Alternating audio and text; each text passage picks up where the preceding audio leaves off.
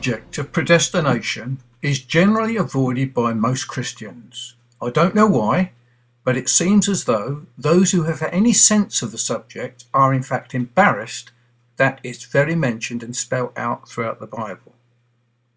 As soon as we actually believe the gospel, we're very ready to receive the straightforward truths of the Bible, what it teaches about Jesus Christ, the reason for our existence and the future.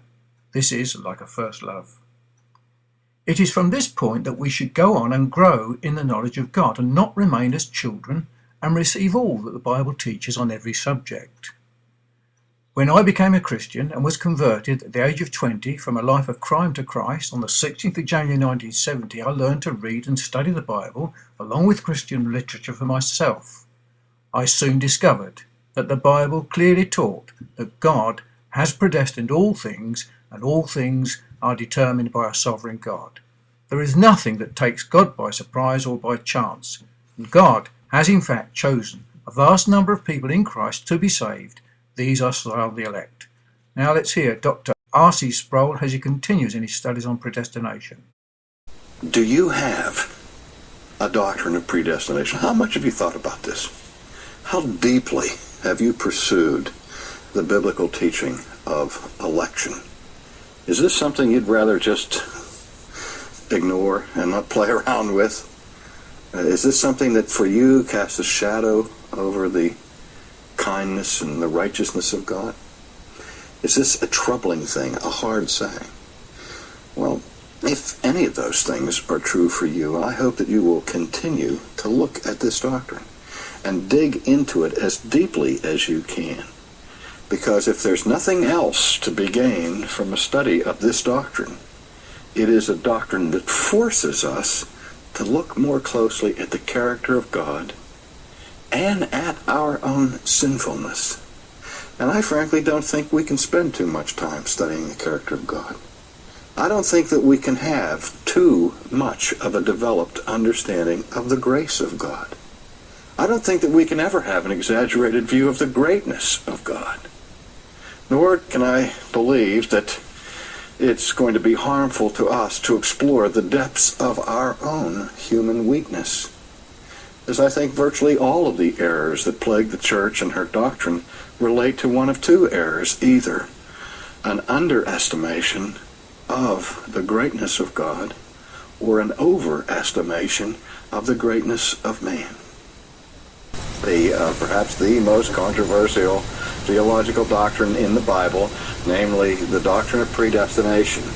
In our first session, I made the observation that virtually every church and every Christian who's ever lived has had to come up with some doctrine of predestination in an effort to take seriously the manifold references in the Bible to the concept of predestination. But today we want to begin by asking the question, what is predestination? Now, it would be nice if I could say to you that even though there's all kinds of disagreement about this doctrine, about its importance, about its truth, and all the rest, at least we all agree what we're talking about when we talk about what the doctrine means or what it is. Sadly, I can't do that because it seems like there's as many different definitions of predestination as there are doctrines of predestination. So we'll have to build somewhat slowly on this. And the way I like to approach matters like this is first of all by looking at the words themselves. And of course the concept of predestination, the word predestination I've been saying is in the Bible. I've been saying the concept is there, but the Bible wasn't written in English, and so the English word predestination isn't in the Bible. We have a Greek word in there, and more than one Greek word that is used there for the concept. Pro-orizo is one of them.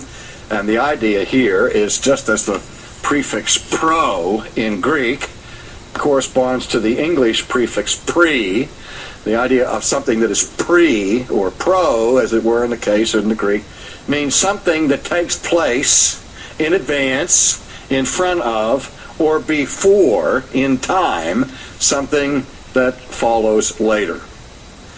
So when we're talking about predestination, we're talking about something that happens beforehand or before something else in time.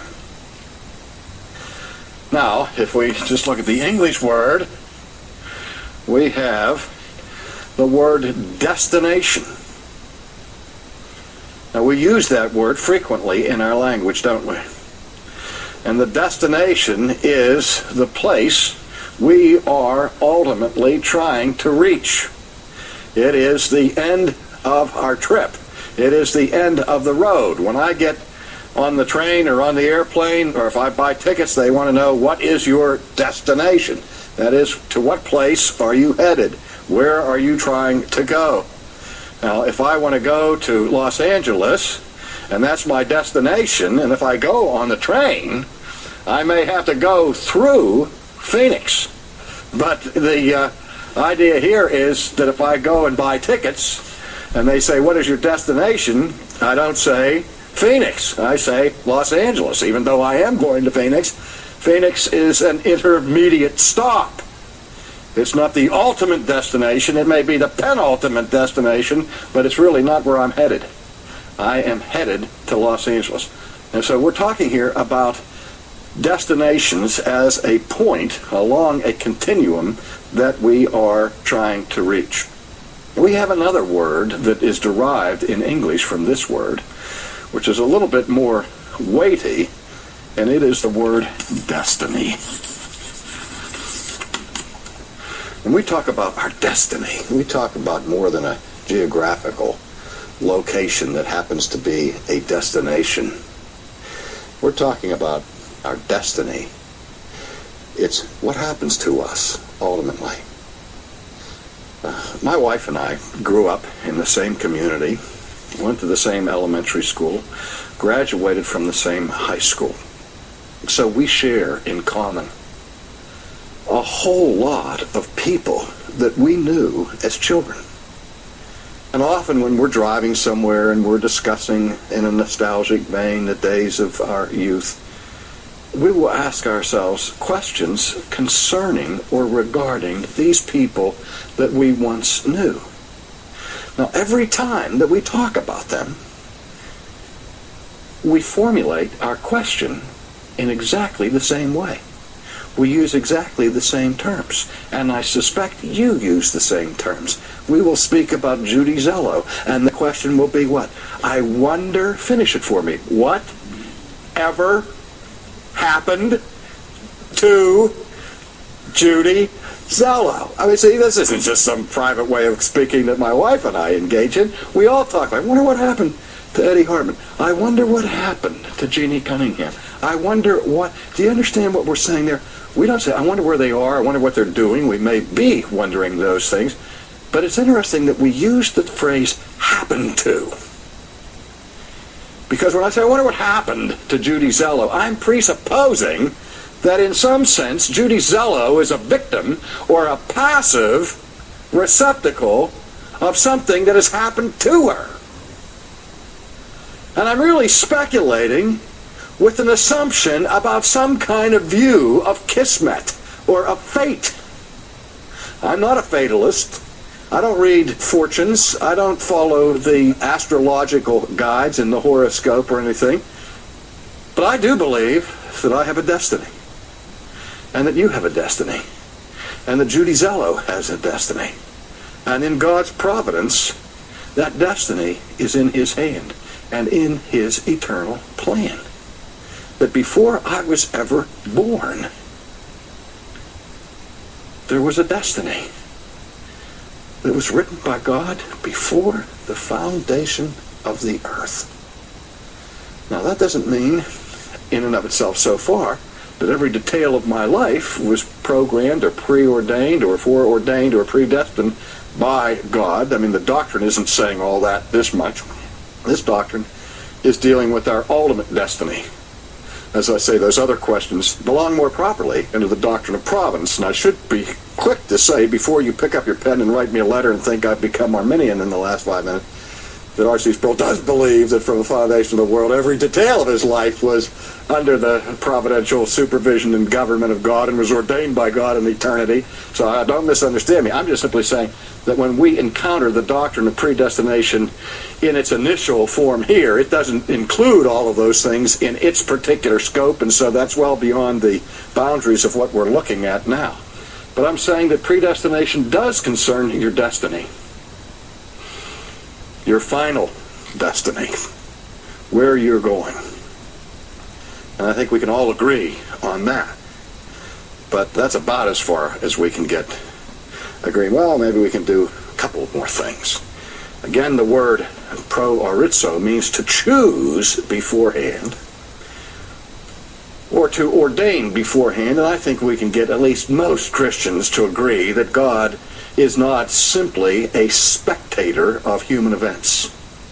A recent book was published by a group of scholars called The Open God, where they have foisted upon us a view of God where God's knowledge is limited, his power is limited, his character changes, he's not immutable, he's not omnipotent, and he's not omniscient, but rather he is open. He responds to things in history as they happen. And all of this is designed to escape out from under any idea of a God who in his providence and in his sovereignty governs the scope of human affairs. I personally think that book that speaks of the open God is, in my judgment, a godless book. It is a godless book, because it strips God of his attributes and of his character and exalts man in the place of God. And I think those who involved in writing it and those who endorsed it should be ashamed of themselves. But in any case,